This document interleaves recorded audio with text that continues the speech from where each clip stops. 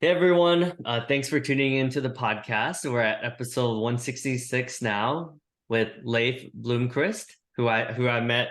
Was this around 6 years ago? It's been a while, right? It's been a while. Yeah, we met while you were interviewing for a job that I was recruiting at Yes. um, at a startup. Yes. Yeah, and funny enough, KP, or Carter Perk is her full name, ended up being my manager, and she was someone that it sounds like you've also hired, or you used to work with her closely at Yeah, school. we partnered closely together. I think she was actually the hiring manager that I was working with when we tried to recruit you to come to the company at the time, the startup that we were working at, Schoology. It didn't work out for one reason or another at that point, but I know that you reconnected with her because you made such a positive impression on her. I think at when she left and she moved on to LinkedIn, she ended up recruiting you there, if I'm not mistaken. Um, Yeah, it was funny enough. One of my friends, Garrett, who was an enterprise account executive at LinkedIn Learning, referred me. But yeah, she's an amazing leader and just super motivated and super talented. And she won Manager of the Year actually when I was there. So just a great leader in general. So yeah, Doesn't surprise me. yeah, it's funny how you meet someone and you never know if you'll stay in touch with them, and the universe works in mysterious ways, and now we're here. Yeah, 6, 7 years later, something like that. Well, I'm excited to introduce you. You have a really strong background, obviously in talent acquisition, building out, working for some of the most notable brands in the world. I know, I have Peloton in the back. I know you're a huge part of building that and just that crazy growth that was there. And I'm sure you have so many stories to tell. You started off on the agency side for in the beginning of your career, and then I saw that you're also on the Rutgers lacrosse team as well as a co-captain, if I'm not mistaken. Go are you? Go Scarlet Knights. Yes. Yeah, Back in the Scarlet day. Knights. That's so cool. And I'm sure a lot of those takeaways from leading people and being a leader there translates to some of the mindset and some of the skills that you've taken into your corporate career as well, right? Yeah, absolutely. I mean, I think growing up, my parents put me in every single like extracurricular activity imaginable. So um, every sport imaginable. So like I ended up playing, yes, lacrosse at Rutgers, but I think all the team sports that I was a part of, throughout my upbringing, obviously led, to a great extent who I am today and how I, work with others and collaborate with them. So for sure. And I know you're also helping a lot of others, a lot of people with their resumes and helping them get jobs on the. So I know that's one of your ventures that you're up to now as well, right? That's right. Yeah, more of a side hustle, but I'm someone that's worked in, recruiting and talent for the last, let's call it 15 years. For the most part, it's been in-house. You mentioned my early agency days, so I've been for the most part in-house at these companies. More recently, I've started to branch out and do more consulting. Um, but the companies that I've worked for, these have been mainly startups ranging from series A startups looking to find their product market fit to later stage startups, series B, series C, growth stage startups. I've seen startups that have failed. I've seen startups that have been acquired, and I've even worked for larger publicly traded companies like Peloton. So I've seen a lot. So if you're a candidate, I know a lot about the ins and outs of getting a job at startups in tech. And if you're a startup, I know a lot about how to attract, engage, acquire, and assess talent. So that's kind of my shtick. No, that's very valuable, right? You've obviously have seen both sides, right? I think when you're on the agency side, you learn how to hustle and grind, and you learn, a lot of the business development side, and obviously on the inside is a completely different skill set, right? In terms of like being able to work with a lot of different stakeholders and learning about the business needs, and then creating these processes and systems to streamline the process. It sounds like, And you've done both as a player coach, and then I'm sure strategy and vision, but also you've been boots on the ground, actively speaking to candidates and interviewing as well, it sounds like, right? That's right. Yeah. So I've been lucky enough to sort of work my way, up the recruiting ladder, so to speak. So starting as an individual contributor, then demonstrating, sort of the value that I can bring to organizations and moving into people leadership roles. But even then, a lot of the people leadership roles have been player coach, where I'm both holding my share of requisitions, meaning recruiting, for partnering with hiring managers, hiring leaders, and recruiting, and at the same time, leading teams of recruiters and coordinators, to achieve hiring goals. So it's been a mix over the course of my career. More recently, on the player coach spectrum, it's trended towards coach. But even now, as a consultant, working for myself, there's a fair bit of individual contributor, sort of capabilities or skills that I'm leveraging on a day-to-day basis. And do you find that they're completely different skill sets, like being a competent player coach and then being a really good TA or slash recruiter? Yeah, for sure. I mean, I think, being a people leader, like if you have the opportunity to be a manager and responsible for, other humans on your team, that's a totally different, mindset. Rather than when you're recruiting to, to build a team to hire for one, specific, person. I think they are two totally different skill sets, and ones that um, you don't. Some people, don't do one or the other naturally, right? So I think there's a lot of learning. There's a lot of years that go into um, crafting your story, when you're a recruiter, and the companies that you represent, and honing those, people leadership skills, really becoming comfortable in your own skin over the course of time, and really understanding, what you do well, as a people leader, and what you don't do well. Right. So Mhm. I think, experience, is the key, ingredient that, I think most people need more of Hmm. to get better at, for sure.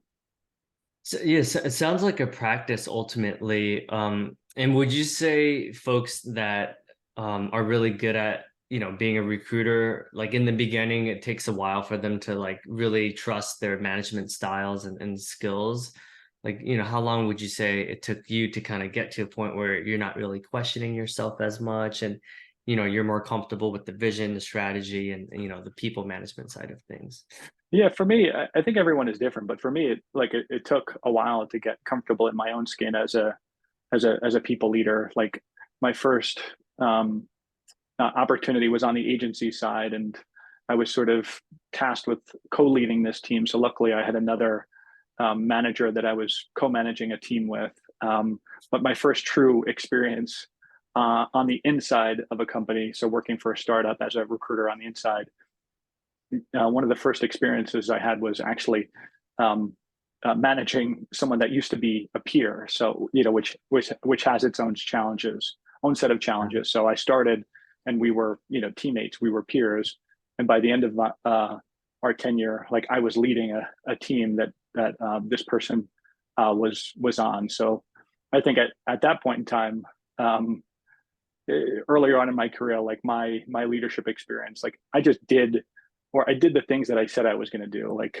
so leadership by example was a big, theme probably at that point in my, career. But as I've taken the job of people leadership more seriously, and, talked to peers, and uh, read books, I sort of, have adapted my leadership style over the years. And I think that's probably the case, with a lot of people that sort of fall into leadership roles, or Mhm. are given leadership roles, because they're working their way up the ladder, so to speak, and want to take on more responsibilities. No, that's a great call out, right? I think when we start anything new, right, we're always questioning or sometimes second guessing ourselves, or we're making sure, are we making the right decision? But ultimately, it sounds like you have the right intentions and you have a growth. You're reading books, right? You're actively getting better, and you're receptive to change, and you're able to sometimes pivot, right? If something's not working as well, ultimately. That's right. Yeah. Like for example, early in my career, I used to wait for the perfect opportunity to like give feedback. And I learned over the course of time that that's not necessarily the best way to deliver feedback. There's a woman that I worked with at a startup. She was our director of design. She introduced me to radical candor, and that book and that sort of leadership mindset, Hmm. and not delivering good feedback with not with constructive feedback, and leading with empathy, right? Giving that feedback in the most caring Hmm. way as possible, but also doing it in the moment, in a really timely way. Because what ends up happening if you don't give that feedback right away, is that it becomes stale. So that's Yeah. an example of sort of a leadership style or a leadership perhaps tactic that I've added to my repertoire, so to speak, over the years that I didn't do initially, or I didn't do it well. Hmm. Yeah, that's a good point, right? When it's in real time, it like after a while, it could feel like, oh, okay, they're just keeping like they're holding, it almost feels like a grudge after a while, right? Whereas at least in real time, I can correct it. Like if you're giving me feedback, maybe the next couple of days I'm reflecting, I'm like, oh man, like where else is this showing up? But if it's like a month later or at the end of the month, it's like, dude, I don't even remember. And it just feels like, oh man, like, do they just not like me? Like, what's going on? Right, right. Yeah, and it takes time. It takes time to you know uh, make those ways of working and incorporate them into your ways of working, your professional being, if you will. Hmm. No, thank you for that. I mean, it sounds like you've helped so many people, with their resumes, and I feel like in this market, especially in tech, right? There's news all around this. There's just been a lot of layoffs. Do you have any advice on tips on how to go about the interview process now that's slightly different than maybe, 6, 7 years ago when it feels like everyone was hiring, 100 new people, every company was hiring, and it felt like more of a candidates market? Right. Yeah, I think even though um, the tide has gone out or gone in, whichever way you want to look at it, I think there are still some things that remain the same, right? And that you should practice um, in anticipation of interviewing, for example. So 6 7 years ago, I'd probably give you the same advice, like don't bash the company that you previously worked for, Mm. especially if it was a layoff, right? Like, and I realized firsthand, from being laid off myself, that it's tough not to get emotional, because it's a really stressful situation being in that situation, as part of a layoff. So don't bash the company, communicate that in the most diplomatic way that you can. Mm. So for example, if you know the business reason why your role was eliminated, like communicate that information in the most sort of dispassionate way. So for example, I know you recently shared that you were impacted by a layoff, because the product that you were selling was sunset, right? That's a perfectly good explanation, and that's perfectly fine to share with a potential employer. I was recently impacted by a layoff because their hiring plans were drastically cut. That's a business decision that my performance had nothing to do with. So my advice is don't bash the company if you don't know the reason for whatever reason. You should do your best to find out. And if you can't, for some reason, I would still do your best to sort of connect the dots and share what you think happened, with the Mm. caveat that this is what you think happened, not what you know to be true or what's factual. I think, the more mindful and thoughtful you are about understanding the why will go a long way in the interview process, and how you communicate that will go a long way. So I know that was sort of a tangential, I gave you a tangential response to, how to stand out. There's that's one thing I wouldn't do. But one thing I would do is, get a second set of eyes on your resume. Like, hit me up on LinkedIn. As you mentioned, I'm doing this as a side hustle now. I've reviewed, thousands of resumes over the course of my, 15 years in the recruiting space. And I think this is important because, your resume is your door opener, right? Yes, you should be able to leverage your network to get your foot in the door, but you should also be able to, articulate your value proposition in the form of a resume. So, there are going to be companies where you don't have a connection with. So you've got to put your best foot forward with how you communicate, your experience. So get a second set of eyes on your resume.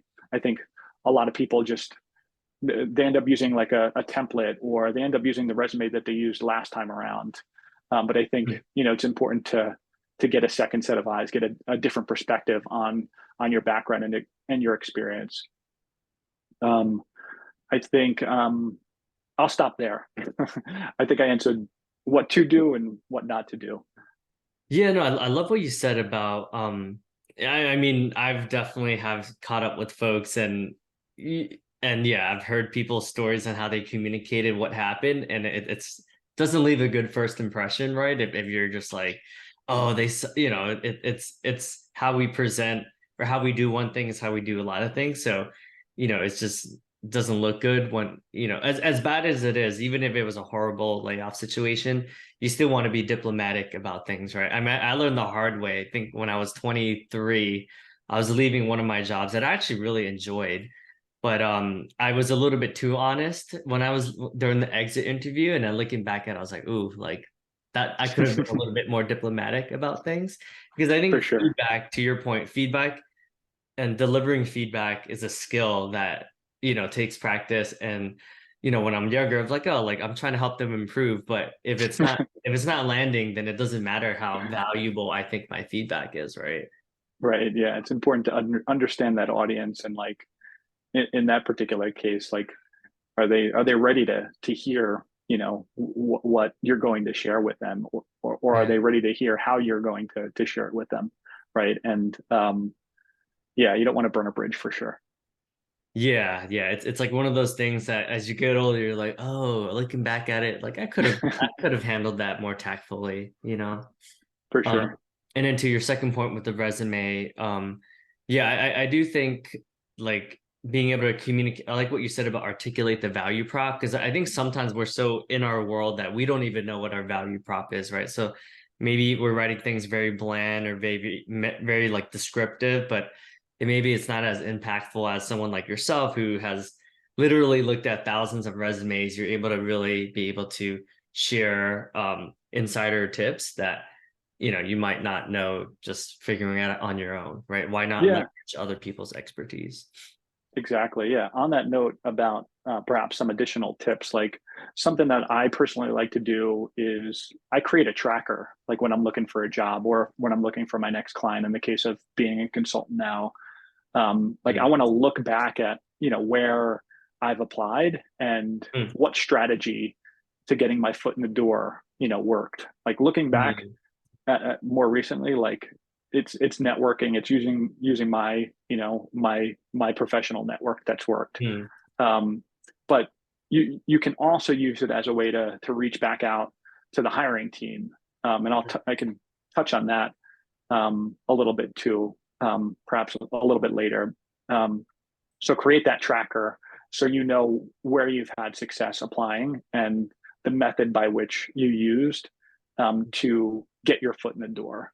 Um, a lot of times, especially I feel like for people that are earlier in their career journey, they take their time in applying for these jobs. It can be a volume game. So set the time aside, to get your mm. applications in, especially, like I said, if you're earlier on in your career. Like, I'm seeing a lot of companies nowadays create a little bit more friction in the application process. Mm. So don't be surprised if you're asked to write a thoughtful cover letter, for Mm. example. If it's a company that you're like really interested in, set the time aside to do that, Mm. um, because not every company is going to do that. So I think another reason why this is important is because like recruiters, we have the ability to quickly filter out candidates with the ATSs nowadays, the applicant tracking systems that we use to manage the application process. We have the ability to filter out candidates that haven't answered, for example, certain, questions that we ask in the application area or as part of the application process. We have the ability to filter out people that haven't written, cover letters. So if it's a company that you're highly interested in, for one reason or another, like take the time, like set those aside and take the time, use the brain power that you're going to utilize during that set time to do those things, so you could set yourself apart from the competition. Yeah, that's a good point. I think in the age of technology and automation, and I think we've become lazy. I mean, I'm not gonna lie, I've been guilty of not writing cover letters, right? And ultimately, if we put in effort, we actually take a genuine interest, and if it's a company that we really want to work at, then it probably makes sense for us to put some thought into it versus like, oh, like I'm too lazy to do that. It's like, it's like this is the rest of your life. This is your career, right? Your livelihood. It probably is a good investment of your time. Yeah, if it's a company you want to work at, take the time to do it. I'd also say like be persistent, be data driven. If you're reaching out to someone at a company that you're really interested in working at, let's say you applied to a job, I don't know, like Google, and you see who the hiring manager is, or you see the recruiter, that's working on that job, and you decide, hey, like I want to email that person after applying to the job via the career site. There are some extensions for your email provider. So personally, I use Gmail, as my personal email, and there's a Chrome or a Gmail extension called Streak, so you can actually track engagement of the emails that you Mhm. sent. I know this is we use tools like this in recruitment. I know you're in sales, Davidson, so you're utilizing tools like this to enable you to be data driven, right, as a salesperson, Yeah. so you know where to best spend your time. So Mm. download those extensions, see where there's engagement, um, and um, and make the reach out, right? Like be persistent, be data driven. Rocket reach. Like if you simply Google, the business that you want to work at, their email format. So let's say um, it's Google. So Google email format. If you just type that in, like Rocket Reach will typically be one of the first search results, and it will give you the email format, so you can connect the dots and reach out to the person who you want that message to get to. So um, use the tools that you have at your disposal um, to be persistent and to enable you to be data driven is another suggestion I would give folks to help in this uber competitive jobs market, tech jobs market that we're in. Yeah, that's a good point. I'm hearing a common trend here, right? It's ultimately like taking it seriously. I know folks that, they're like, oh, I'm applying to jobs, and it's like, okay, how many jobs did you really apply to in the last year? It's like, oh, 5. It's like, okay. It's like, did you only apply to the ones that said easy apply? It's like, yes. Okay. Like It I can be do a think, numbers game. It can be a numbers game, right? Like, so you've got to set the time aside for those applications that are short and brief, and you got to set a time aside for the ones that you really want, to give a little bit more brain power too. yeah, thank you for sharing that. I do think to your point, just going the extra mile, like writing an email, it's such a small gesture, but I bet you not everyone is doing that, right? So folks that are making the extra effort, it just shows more initiative. It just shows that they're not afraid to get their hands dirty. That could be a horrible analogy, but they're just not afraid to, just put in a little bit more effort than everyone else, which shows, I think it shows great initiative. Yeah, and even within those, like even within that reach out, rather, I went to a networking um, meeting or a networking event. I think it was last week in New York City. Like, and I heard the term like unconventional. So like, within those reach outs, like be unconventional, but also Mhm. be authentic. So Mm. I would say like don't be afraid to do more than what's expected. Especially if it's one of your target companies. I personally have made a fool of myself recording Loom videos and embedding them into emails to companies that I want to do business with or to hiring teams um, where I want a job at. So don't be afraid to do those things like Loom. It's Mhm. super simple to utilize, and no matter how many takes that it takes to get the right message across, like being authentic, right? I think is important, not just in how you communicate, but like how you sort of identify the values that whatever company that you're reaching out to, like if they have a mission, if they have values, like how do your values align with those companies values? How does what you discovered about them on the internet, on their careers page, how does that align with the skills, the experience, and ultimately sort of your ways of working and your values. Be sure to communicate that in those reach outs because I don't know. I think authenticity is lost a lot in business. Mm. But don't be afraid to share who you are and how it aligns with what the business is all about. Because at the end of the day, like that's what businesses want to hear, right? They want to know that you're going to have an impact, and then that you're in it for the right reasons, and you're going to be there for a long time as a result. So, Hmm. Yeah, I love what you said about authenticity is lost a lot in business. I do think video outreach certainly sets you apart. I even have has gone as far as like I have this like whiteboard that I use, and then I'll usually put the name of who I'm trying to reach out to. Oh, you do that as well? Yeah. I've done it before. It didn't Yes. work for the one or two times that I did it, but Yeah. I've done it before. Yeah, I mean, not all of it works, right? But to your point, as if it's authentic, if it's funny, like if you're genuinely, like, I think it's just like playing to your strengths. And I know personally, a lot of folks have gotten back to my video, whereas when I cold called them, I emailed them, like texted them, they never answered me. But when I did the video, at least they responded back, even if it was a no. At least I got a response. Exactly. Like, and then you can spend time, going after leads that are, that are still in the game, right? That are still part of your sales funnel, right?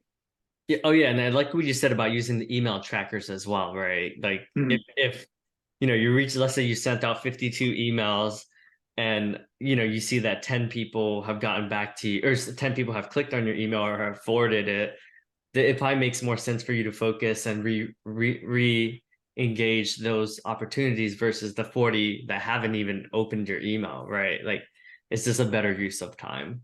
Exactly. Exactly. Yeah. We only have so much time any given day, right? So let's make the most of it while we can.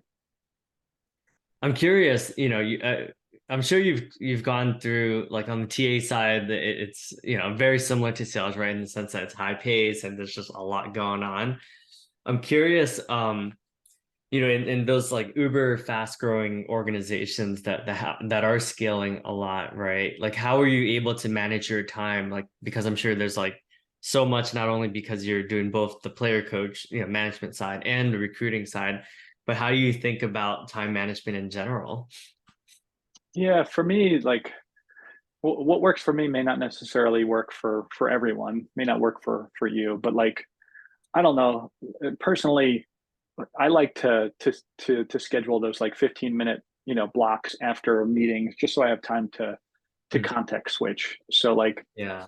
going into meetings, like I'm fully present. I'm not, my head is not elsewhere. And when I leave those meetings, I have that 15 minutes to sort of just take stock of what happened in those meetings, and the action items that I have. So being very diligent about how I manage my calendar. That's what works for me. In the past, I've used to-do lists, like both digital and written to-do lists. That may work better for you. Like I know that there are different time management techniques, some of which I learned, like the Pomodoro method. I think to completing tasks, like that's something that I've never tried, but I, I took a class on it at some point, and learned about it, as part of my continuing education with a company. So, there's a lot out there. Personally, I'm just very, I try to set aside those blocks of time where if I need to get a project done, like I'm blocking out 2 hours, or if I need to source as a recruiter, I'm blocking out at least, 1 hour to put my brain power into that one particular task, and, turning off my notifications, as much as I can. So that's what works for me, in those situations where, time is of the essence. And, like I said earlier, there's not enough time, in the day to get everything done. But the time that I spend doing the tasks that I do, I know that I put, all the brain power in those tasks that I could at that time. Yeah, good call out on the in between time as well, because sometimes you do need a bathroom break, or you need to grab a snack or get a drink, go to the fridge, whatever it is, right? It just helps us be able to like decompress a little bit, and then just be able to take a breath, or even if it's a quick walk just to get 5 minutes of fresh air. Like it really does make a difference in terms, so that we can be fully present during our next meeting, instead of running from meeting to meeting, and then sometimes we're late to that meeting and then we're like freaking out, and then we're just it's just, it doesn't, usually we're not starting off the meeting in the most powerful way, because we're just frazzled, and we're still like figuring out like, okay, what is this meeting about?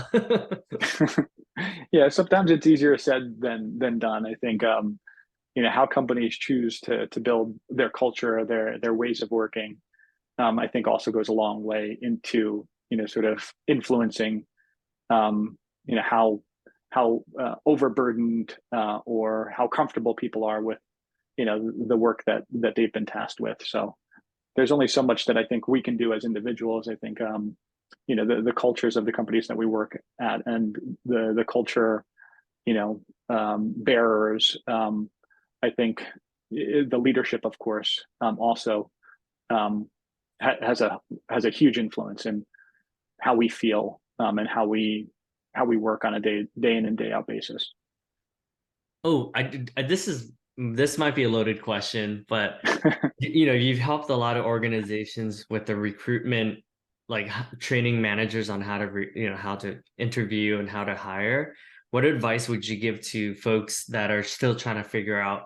Because I do think another common, it's great. Like the TA side could be amazing and the recruiters could be great, right? But if the hiring managers don't know what to ask, or they're doing things that they probably shouldn't be doing, like how do you go about thinking and training and developing those folks, that they're doing it in alignment with like not only compliance but just best practices that you've seen throughout the years?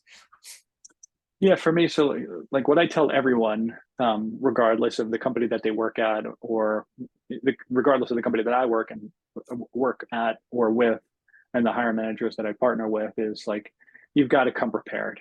The worst thing that you could possibly do in an interview is not prepare for that interview. So not have that person's resume with you. Not The worst thing you could do is like not prepare questions. Um, I think even worse, like if you don't know anything about the job that you're interviewing for, how can you, right? How can you assess this person? If you're in a situation like that, like I think it's just best to postpone the interview until you have a chance to connect with that hiring manager or hiring team or recruiter Mm. to align. So I think my first piece of advice for everyone is to preparation is key. Do not wing it, because the most the worst type of interviews for both the company and for the candidate are unstructured interviews, because you're using your time as an interviewer at that company. So you're being paid to interview, Mm, right? And if you go into those situations, into those interviews, and you're unprepared, the company's just throwing money out the mm, window. On the other side, as a candidate, like if you're not giving that person a structured interview, it's going to lead to a very bad experience, which could impact your employer brand, your consumer brand, if that's your business. So I mm. think for all those reasons, that's why it's important to come prepared with interview questions, with information about that candidate, um, with information about that job. Hmm.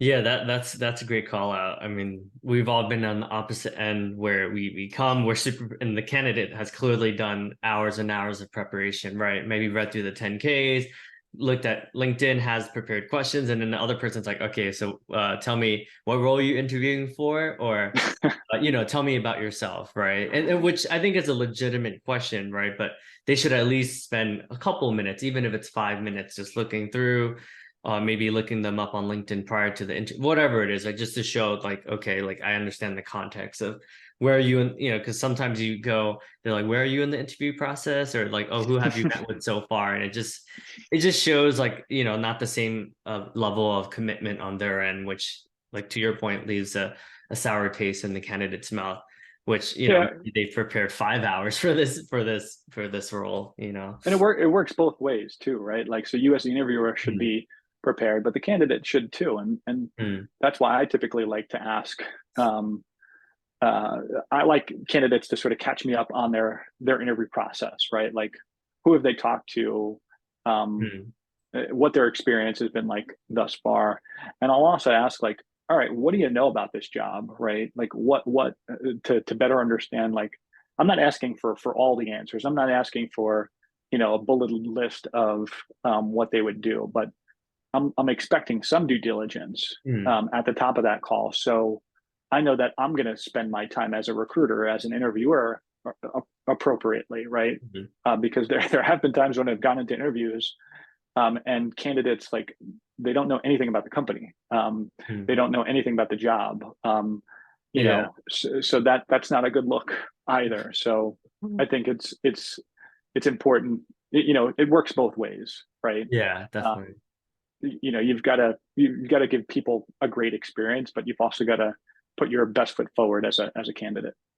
Yeah, that's a good call out. I was just funny enough, I was thinking about one time, I mean, I must have been really young, right? But I was literally just going to interview just to network with people. And I was a candidate. I was like, the guy asked me, I forgot, it was something very rudimentary. And I was like, hey, honestly, like I just wanted to meet you because you're the VP of sales. And he was just like, wait, what? And he probably like it was just the most ridiculous thing. And he's like, wait, what? So it was just so funny. But to your point, right? It was like not the best first impression. Even if I wanted to network him, like he's probably like, why would I want to be related, to you, right? If you haven't even like done at least an hour research on my company. So it was just so ridiculous. But I learned, I was like, okay, that was that. Like I better learn from that mistake because that was horrible.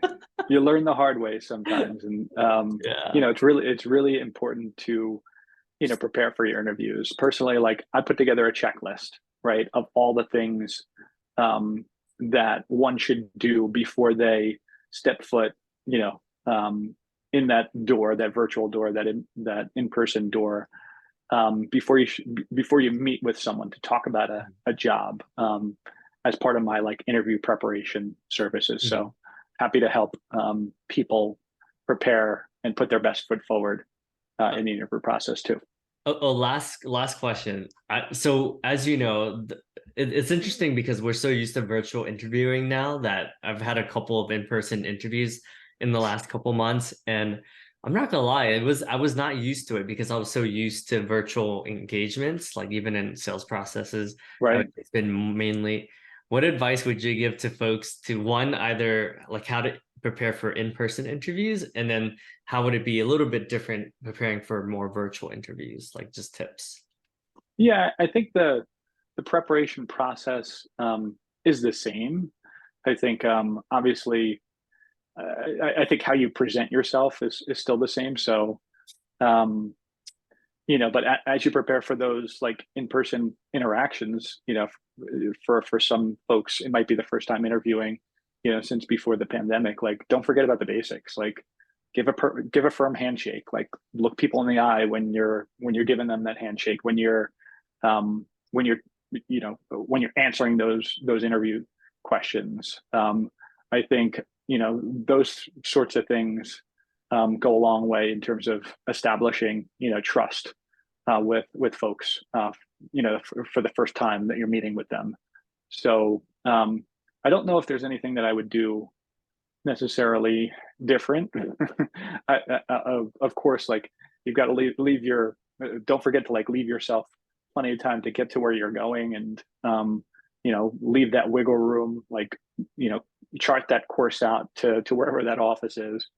But besides from obvious things like that and what I've mentioned, I think the interview process preparation is still the same. Like, you have to be prepared to sort of tell that story. You've got to be prepared to know who your audience is, right? Like, what their background is. So looking them up on LinkedIn, and you've got to be able to connect the dots from what your experience is, the accomplishments like you've had over the course of your years of working, and connect to those to what they're ultimately expecting out of this person. So preparation, I think, is the same, but like, don't forget to do some of those basics. The basic human interactions that we did before the pandemic. Yeah, no, that's a good call. I like what you said about, because even telling our story, right, takes practice, right? Because at first, especially if it's been a while since you've interviewed, just being able to record yourself, see, oh, I didn't like how that sounded, or oh, there was a part that I kind of spoke a little bit slightly negative about this experience. Maybe there's a better way I can reframe it so Yep. that doesn't sound like, and then just connecting the dots is another good call out, because I think sometimes you might think like it's obvious how I can add value to this organization, but if we don't bullet point it in summary at the end, whether it's a follow-up email or during the ending part of the interview process, you can't assume, because they have so many things that they're thinking about, you can't assume that they're able to connect the dots themselves. Right. Yeah, totally. 100% agree with everything you said, Davidson. Awesome. Well, thank you so much. This has been such an amazing, I think there's so much, and a timely message too, right? And now I know, it feels like every week there's a friend that is asking for advice in terms of the interview process. And yeah, I'll definitely post your LinkedIn. What is there any other ways that people should reach out to you, or do you prefer LinkedIn? Yeah, I prefer LinkedIn. So there are no other Leif Blomquists on LinkedIn, to my knowledge. So that's probably the best way. You can also hit me up on my Gmail, leif.blomquist@gmail.com. Okay. So yeah, that's probably the best way. I'm not going to give everyone my phone number, but if you do become a customer, you will get my phone number. Awesome. Well, I'll make sure I post your Gmail. This has been such a treat, and I'm sure we'll cross paths again. And thank you so much. Thank you, Davidson. I'll talk to you soon.